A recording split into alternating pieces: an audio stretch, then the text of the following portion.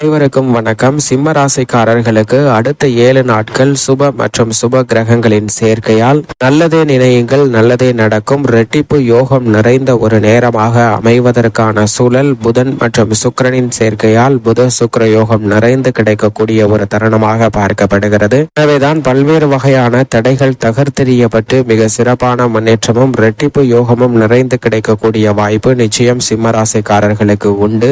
நல்லதே நினையுங்கள், நல்லதே நடக்கும், ரெட்டிப்பு யோகம் நிறைந்த ஒரு தருணமாக அடுத்த 7 நாட்களில் கிரகநிலைகளின் அமைப்பை ஆராய்ந்து பார்க்கும் போது மே மாதம் 15ஆம் தேதி முதல் 21ஆம் தேதி வரை எப்படி அமைகிறது என்று பார்க்கும் போது சுப மற்றும் சுப கிரக சேர்க்கையால் பல அதிரடியான நன்மைகள் கிடைப்பதற்கான யோகம் மிக வலுவாக கிடைக்கக்கூடிய ஒரு தருணமாக பார்க்கப்படுகிறது. எனவேதான் இந்த தருணத்தில் சுப கிரகமாக இருக்கக்கூடிய புதன் மற்றும் சுக்கிரன் ஆகிய 2 கிரகநிலைகளும் இணைந்து புத சுக்கிர யோகத்தை மிக வலுவாக ஏற்படுத்தி கொடுக்க போகின்றன. மேச ராசியில் இந்த 2 கிரகநிலைகளும் வலுவாக இணைந்து சுபத்துப பாதையில் வலம் வருவது நன்மை பிளஸ் நன்மை என்று சொல்லக்கூடிய வகையில் ரெட்டிப்பு நன்மையும் யோகமும் நிறைந்த ஒரு நேரமாக அமைவதற்கான சூழல் நிச்சயமாக உருவாகியுள்ளது. ஏனென்றால் கிரகநிலைகளின் அமைப்பை ஆராய்ந்து பார்க்கும் போது உச்சம் பெற்று சஞ்சரிக்கக்கூடிய சூரியன் 14ஆம் தேதிக்கு பிறகு மிக வலுவாக குருவுடன் இணைந்து ரிஷப ராசியில் சஞ்சரிக்க போகிறாருங்க. இங்கு முக்கூட்டு கிரகங்கள் என்று சொல்லக்கூடிய சூரியன், சுக்கிரன் மற்றும் புதன் ஆகிய 3 கிரக நிலைகள் மேசராசியில் சஞ்சரித்த நிலையில் மாற்றத்தை ஏற்படுத்துகிறார். சூரியன் உச்ச நிவர்த்தி பெற்று ரிஷப ராசியில் குருவுடன் இணைந்து சஞ்சரிக்க போகிறார். பொதுவாக குரு தனித்து சஞ்சரிப்பதை விட மற்ற கிரகங்களுடன் இணைந்து சஞ்சரிப்பது நல்ல பலனையும் முன்னேற்றத்தையும் பெற்றுத்தரும். அதிலும் அவரது நட்பு கிரகமாக இருக்கக்கூடிய சூரியனுடன் இணைந்து சஞ்சரிக்கக்கூடிய இடம் சுக்கிரனின் ஆட்சி வீடாக பார்க்கப்படுகிறது. குருவின் பார்வையில் பகை வீடாக இருந்தாலும் கூட சுக்கிரனின் பார்வையில் சம கிரகமாக குரு திகழ்கிறார். எனவேதான் பகை வீட்டில் குரு சஞ்சரித்தாலும் குருவுடன் இணைந்து சஞ்சரிக்கக்கூடிய சூரியனின் அமைப்பு காரணமாக நல்ல பல வாய்ப்புகள் இந்த தருணத்தில் நிச்சயமாக கிடைக்க போகிறது. இது ஒரு புறம் நன்மையை ஏற்படுத்தி கொடுக்கக்கூடிய அமைப்பாகவும் கிரக மாறுதலாகவும் நிச்சயமாக அடுத்து வரக்கூடிய 7 நாட்களில் அமைவதற்கான யோகத்தை மிக வலுவாக உறுதிப்படுத்துகிறது. அதே வேளையில் சுப மற்றும் சுப கிரக சேர்க்கை என்று சொல்லக்கூடிய வகையில் இயற்கையிலே சுப கிரகமாக உள்ள சுக்கிரனும் புதனும் இணைவதன் காரணமாக சுப மற்றும் சுப சேர்க்கையின் காரணமாக புத சுக்கிர யோகம் மிக வலுவாக கிடைக்க போகிறது. அபசு கிரகங்களாக பாவ கிரகங்களின் சேர்க்கையால் தங்களுடைய செயல்பாட்டை வெளிப்படுத்தினாலும் இயற்கையாகவே சுப கிரகங்களின் தன்மை சுப கிரகங்களின் சேர்க்கையால் வலுவாக வெளிப்படக்கூடிய ஒரு அற்புதமான தருணமாக அமைய போகிறது. எனவே புத சுக்கிர யோகம் நிறைந்து கிடைக்கக்கூடிய இந்த வேளையில் எந்த காரியத்தை கையில் எடுத்தாலும் அவற்றை பிரம்மாண்டத்துடன் முடிப்பதோடு மட்டுமல்லாது பொருளாதார ரீதியான வளர்ச்சியும் நுணுப்பமாக தெளிந்த அறிவாற்றலை பயன்படுத்தி அவற்றில் எப்பேற்பட்ட உச்சபட்ச வளர்ச்சியை பெற முடியும் என்பதை கணித்து செயல்படுவதற்கான யோகத்தை புத மற்றும் சுக்கிர யோகமானது வாரி வழங்குகிறது. அது மட்டுமல்லாது சூரியனுடன் குருவும் இணைந்து சஞ்சரிப்பதால் மிக தெளிவாக அனைத்து விதமான பிரச்சனைகளையும் அணுகி அவற்றில் சிறந்த முடிவும் முன்னேற்ற வாய்ப்புகளையும் பெறுவதற்கான யோகம் உண்டு. குடும்பத்தில் பல்வேறு வகையான நன்மை நிறைந்த விஷயங்கள் மிக சிறப்பாக அமைவதற்கான யோகம் உண்டு. ஆளுமையும் அதிகாரமும் கொண்ட சூரியன் உச்ச நிவர்த்தி பெற்றிருக்கக்கூடிய வேளையில் இந்த தருணத்தில் பல்வேறு வகையான ஆரோக்கிய தொல்லைகள் உட்பட பல சந்தித்து வந்த நெருக்கடிகள் வெகுவளவில் குறைவதற்கான யோகம் உண்டு. அது மட்டுமல்லாது குருவுடன் இணைந்து இருப்பதால் பல நன்மை நிறைந்த விஷயங்களை எந்த விதமான தடையும் சிக்கலும் இல்லாமல் சிறப்பாக நிறைவேற்றிக் கொள்வதற்கான அதிர்ஷ்ட யோகம் நிறைந்த ஒரு அமைப்பாகவும் பார்க்கப்படுகிறது என்பதில் சந்தேகமே இல்லை. மற்ற கிரகநிலைகளின் அமைப்பை ஆய்ந்து பார்ப்பதற்கு முன்னதாக இந்த 2 கிரகநிலைகளின் இணைவு மிக பெரிய அளவுல ரெட்டிப்பு யோகம் நிறைந்த ஒரு தருணமாக மாற்றுகிறது என்பதுதான் யதார்த்தமான உண்மை. எனவே சரியாக பயன்படுத்திக் கொள்ளுங்கள். மட்டுமல்லாது சனி மிக வலுவாக ஆட்சி பலம் பெற்று தனது சொந்த ராசியான கும்ப ராசியில் அமர்ந்திருக்கிறாருங்க.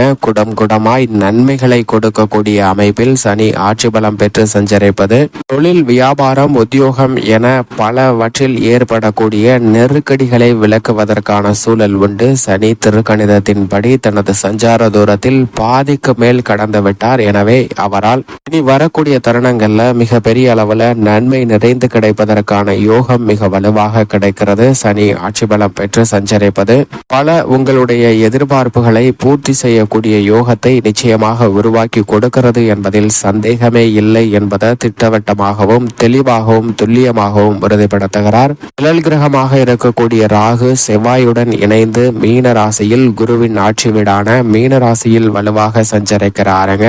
ராகு தனது சஞ்சார தூரத்தில் பாதிக்கு மேல் கடந்து விட்டார். மோட்சக்காரகரான கேதுவும் கன்னிராசியில் தனது சஞ்சார தூரத்தில் பாதிக்கு மேல் கடந்து விட்டார். இந்த 2 கிரக நிலைகளும் பாதிக்கு மேல் கடந்த இந்த வேளையில் வெகுவளவுல சிரமங்கள் குறைவதோடு மட்டுமல்லாது நன்மை கிடைப்பதற்கான சூழல் மிக வலுவாக உருவாகி இருக்கக்கூடிய இனிமையான தருணமாக நிச்சயமாக பார்க்கப்படுகிறது என்பதில் சந்தேகமே இல்லை. மனித வாழ்வுல நிஜ வாழ்வுல நிஜ கிரகங்களின் பங்களிப்பு மிகப்பெரிய அளவுல மாற்றத்தை ஏற்படுத்தி கொடுக்க போகிறது. ஏனென்றால் கிரகங்களின் இயக்கத்தையே பாதிக்கக்கூடிய அளவிற்கு சக்தி வாய்ந்த கிரகமாக பார்க்கப்படக்கூடிய ராகு மற்றும் கேதுவின் அமைப்பு மிகவும் சாதகமாக மாறக்கூடிய ஒரு அமைப்பாக நிச்சயமாக அமைய போகிறது. எனவே பல நெருக்கடிகள் விலகி நல்ல மாற்றம் சந்திப்பதற்கான யோகம் உண்டு.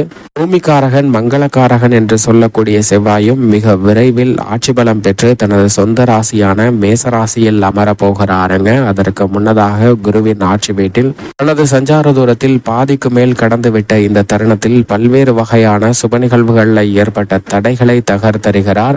விவசாய துறையில் நெருக்கடிகளை சந்தித்து வந்த சூழ்நிலையில் மாற்றத்தை ஏற்படுத்துகிறாருங்க. புதிய அசையும் அசையா சொத்துக்கள் வாங்குதல் உட்பட பல மாறுதல்களை ஏற்படுத்தி கொடுக்கக்கூடிய ஒரு வலுவான அமைப்பில் வீற்றிருக்கிறார். ராகுவை விட்டு விலகும் போது அதீதமான நன்மையும் முன்னேற்ற வாய்ப்புகளையும் நிறைந்து பெறக்கூடிய யோகம் நிச்சயமாக உண்டு. இது மட்டுமல்லாது சந்திரன் மிக வலுவாக இந்த தருணத்தில் வளர்பிறை சந்திரனாக வலம் வந்து கொண்டிருக்கிறார். சந்திரனுடைய அமைப்பை பொறுத்த வரைக்கும் சிம்மம் கன்னி துலாம் ஆகிய இடங்கள்ல சஞ்சரிக்க போகிறாருங்க. சந்திரன் வளர்பிறை சந்திரனாக வலம் வரக்கூடிய இந்த வேளையில் அதிரடியான மாற்றங்களை மிக வலுவாக ஏற்படுத்தி கொடுக்க போகிறார். 15ஆம் தேதி பிற்பகல் 3:25 வரை ஆட்சி பலம் பெற்று தனது சொந்த ராசியான கடக ராசியில் வீற்றிருக்கிறாருங்க. அதற்கு பிறகு பல மாற்றத்தை சந்தித்தாலும் அனைத்திலும் முன்னேற்றம் கிடைக்கக்கூடிய வகையில் மிக சிறப்பான மாறுதலை பெற்று தருகிறார். இப்படி நவ கிரகங்களின் அமைப்பும் இந்த வாரத்தில் இருக்க குறிப்பாக புதன் மற்றும் சுக்கிரனின் இணைவு சுப மற்றும் சுப கிரக சேர்க்கை என்பது